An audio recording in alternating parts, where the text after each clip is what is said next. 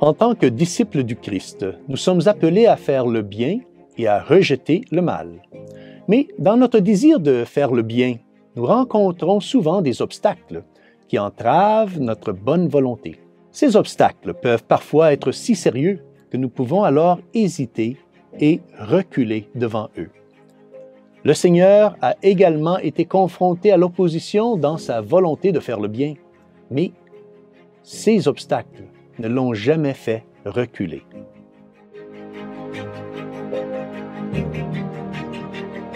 Au nom du Père, et du Fils, et du Saint-Esprit. Amen. Chers frères et sœurs, Salve Maria, et bienvenue au commentaire de l'Évangile d'aujourd'hui.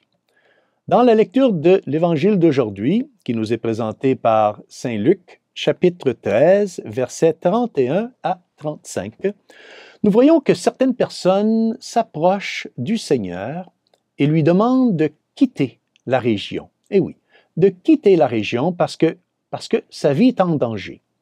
Hérode, lui dit-on, veut le tuer. Or, ces personnes qui désirent cela, qui désirent que le Seigneur quitte la région, sont des pharisiens. Et ils utilisent cet argument pour essayer d'effrayer Jésus et le faire dévier de son chemin et donc de quitter leur région.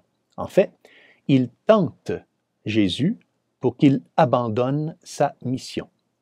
Mais le Seigneur rejette cette tentation et il leur dit: « Il me faut continuer ma route aujourd'hui, demain et le jour suivant, car il ne convient pas qu'un prophète périsse en dehors de Jérusalem. » Nous voyons donc ici, frères et sœurs, le Seigneur exprimer sa détermination à continuer à suivre le bon chemin, le chemin que Dieu lui demande de suivre, même si ce chemin le conduira à être éventuellement persécuté et finalement mis à mort. Tout comme le Seigneur, nous aussi, frères et sœurs, nous pouvons parfois être tentés d'abandonner et de nous détourner du bon chemin.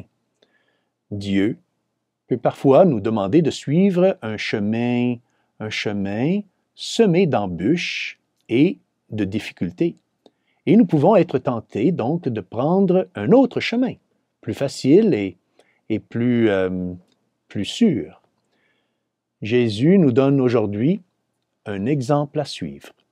Il nous montre comment nous devons transformer notre cœur pour qu'il soit toujours courageux et audacieux dans l'accomplissement de la sainte volonté de Dieu.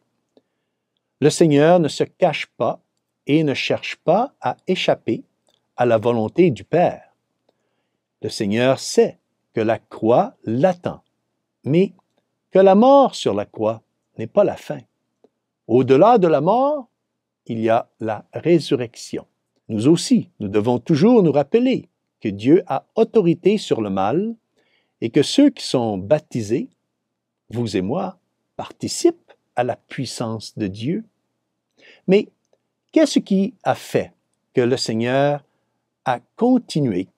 Qu'est-ce qui lui a donné ce courage de continuer à cheminer sur la route du martyre, même lorsqu'il était tenté de faire demi-tour?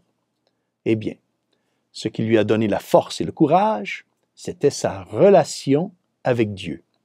Oui, car bien que pleinement divin, le Seigneur vivait une relation de dépendance et de soumission à son Père. Il nous donne ainsi l'exemple de toujours rechercher de faire la volonté du Père. Ce qui nous aide, nous aussi, à continuer à être fidèles, même dans les moments d'épreuve et de difficulté, frères et sœurs, c'est notre relation avec le Seigneur. Ne pas fuir devant les obstacles et les persécutions est un signe que nous sommes de véritables disciples du Christ.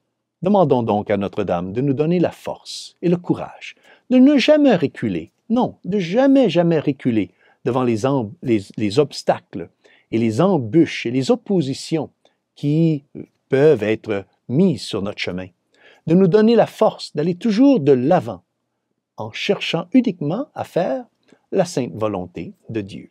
Et que Dieu Tout-Puissant vous bénisse, au nom du Père et du Fils et du Saint-Esprit. Amen. Salve Maria!